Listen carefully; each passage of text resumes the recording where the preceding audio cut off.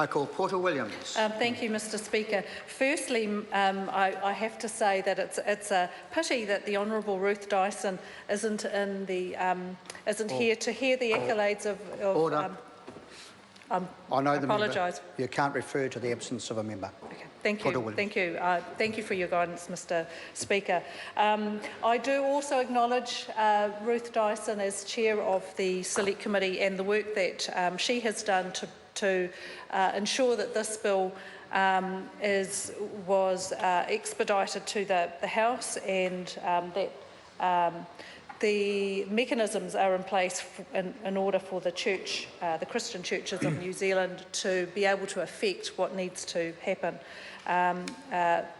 for the boards to continue with the work. Mr. Speaker, the churches and religious organisations have a strong link to the history and the development of this country as a nation. And in fact, missionaries were here preaching the gospel to local people a long time before the establishment of many of the institutions that we now hold. And they were instrumental, I suggest, in ensuring relationships were forged between local people and those that came later, and were also instrumental as providing pathways and opportunities for those early leaders who worked on the development of what then became the Treaty of Waitangi and the establishment of this country. And it's important to note that the Christian churches of New Zealand were here as early as 1844. They were here at almost at the very beginning of this nationhood, and they've developed over time. Starting in Nelson in 1844, and then over time developing more congregations, first after Nelson in Auckland and Dunedin, and today having actually 30 congregations in the name of Christian Churches of New Zealand. Each of the congregations act autonomously, and they have their own programs of work and their own ways of working with their congregations. But collectively, through their national conference, they have set up an organisation to drive the work that's needed at a national level, particularly around the use, the acquisition and the use of property, the management of bequests and the like. And it is through these national conferences that the structure of the Christian Churches of New Zealand was developed and formed.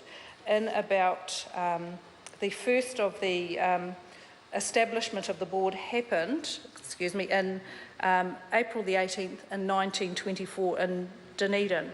So they established the Board of Trustees, and the intention of the trustees was that the lands that the churches held could be used for the church extension purposes at the time. So the real and personal property that was held by the church was used for church extension purposes. Also, what happened at that time was that a bill was enacted which meant that the church could then be established under the Associated Churches of Christ Church Property Act in 1929. So, but at the time there were some doubts about the ability to legally hold property under that act. So, and Section 9 of that particular act dealt with what was meant with holding real and personal property. So why are we now with this legislation? The wording of the present legislation creates some doubts about how the funds which are held by the board might be applied for the furtherance of the work of the churches. And there is a strong presumption from the legislation that the funds received are on trust for the purposes of real estate only. We all know that the work of churches around the country, and this organisation in particular, is around supporting not just the development of property and lands, but also supporting the programs to provide social good into their communities and their congregations. And that will be working with children, working with mothers, working with people who may have concerns around substance, alcohol abuse, that type of thing. So it was thought that the legislation does not provide enough ability for the church to legally act in that way and to use the property in that way. So that's why in September of 2013 a resolution was made to form a new trust. The trust would then use the existing real and personal property, would then transfer it to it would then be able to be transferred to the new trust. The trust was then registered under the Charitable Trust Acts 1957, which meant that they had a legally established structure which didn't require the purposes of the Act. So what happened then was an interim board was established to be held in place until the new trustees could be elected. So at the passage of this particular legislation, it will then be possible to have new trustees elected. The terms of the new trust under the then 1929 Act include the use of funds, which are the most important difference between the old structure and the new structure. It actually provides the opportunity for the trust to then determine what use they can make of the funds, the property, and all those other donations, bequests and gifts that come to the church. There were two submissions that were made to the Select Committee, and I acknowledge the church's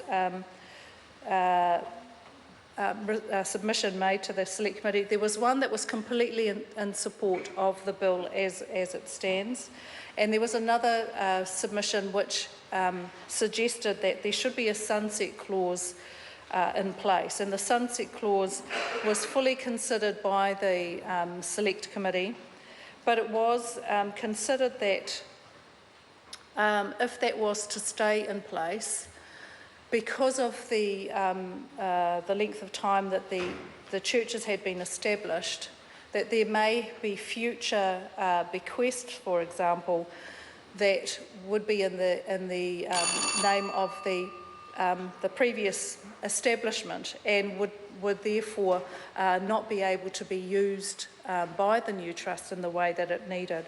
So the Select Committee fully considered